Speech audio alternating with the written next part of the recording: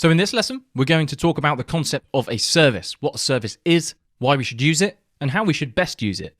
Now at the moment we have our donut single, which holds some state. We also have our donut list, which then holds even more state, which is essentially just a data structure array, which then holds a bunch of objects. So these are typically be fetched from a backend server, and this responsibility then lies inside of a service. Now, when the service goes and gets the data back, we then have to think about this concept of state. And if you need a refresher on state, go back to the beginning of this course, watch the 2 intro videos, and I've explained the way that we think about state and how we separate it from the components. And this will make much more sense because instead of requesting the data on this component and then perhaps clicking through, going to the next component, and then requesting the data again, what we can do is request the state in a single place, inject it into both of these components, i.e. make it available.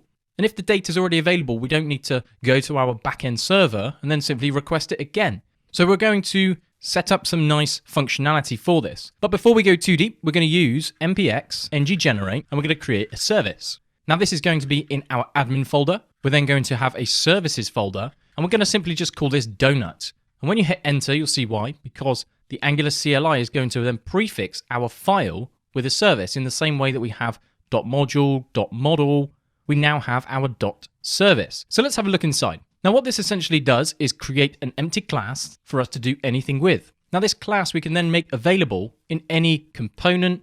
It can be used in routing, so much more, and we'll explore this as we continue through all of the Angular courses. Now much like a component, instead of using @component, we mark things as an injectable. This simply means that it makes it available to Angular's dependency injection system, which then allows us to then pass different classes around without having to worry about imports and the order of loading. So Angular takes care of things for us. Now this provided in root essentially allows us to create a tree shapeable service, which can then be lazy loaded. It also means that we could use this service in another module. So for example, if we had some kind of authentication service, we would probably want to use this across all of our modules. So by providing in our root, this then registers our service in the root of our Angular application.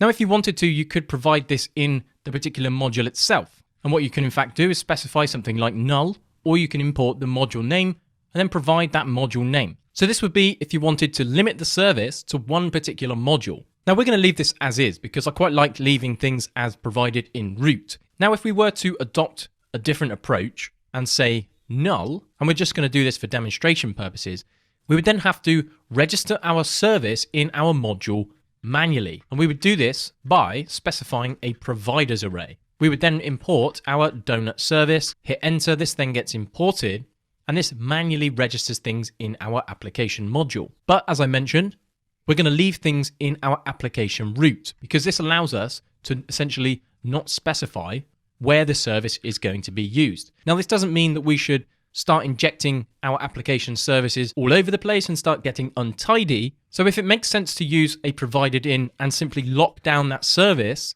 to a particular module, you now know how to. So that's a quick walkthrough. We've talked about this injectable decorator, how it makes it available in Angular's dependency injection system.